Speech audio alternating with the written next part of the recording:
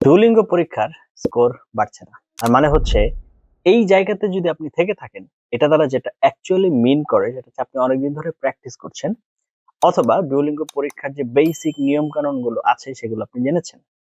এখন আপনি যে প্র্যাকটিসটা করছেন রেগুলারই করছেন, কিন্তু আপনার স্কোর ইমপ্রুভ হচ্ছে না। এখন কি করণীয়? প্রবলেম হচ্ছে you are doing random practice. আপনি এলোমেলো প্র্যাকটিস করছেন instead of targeting DET question types. ডুওলিঙ্গোর যে একদম স্পেসিফিক কোয়েশ্চেন টাইপ আছে সেটাকে যদি আপনি ক্লিয়ার না করেন বা সেটা যদি না বোঝেন তাহলে কিন্তু সমস্যা। Practice test specific tasks only, বা ডেইলি প্র্যাকটিস করতে হবে। 10 মিনিট রিড অ্যালাউড প্র্যাকটিস করেন, 10 মিনিট হচ্ছে লিসেন এন্ড টাইপ প্র্যাকটিস করেন, 10 মিনিট হচ্ছে স্পিক ডেসক্রাইব ইমেজ প্র্যাকটিস করুন।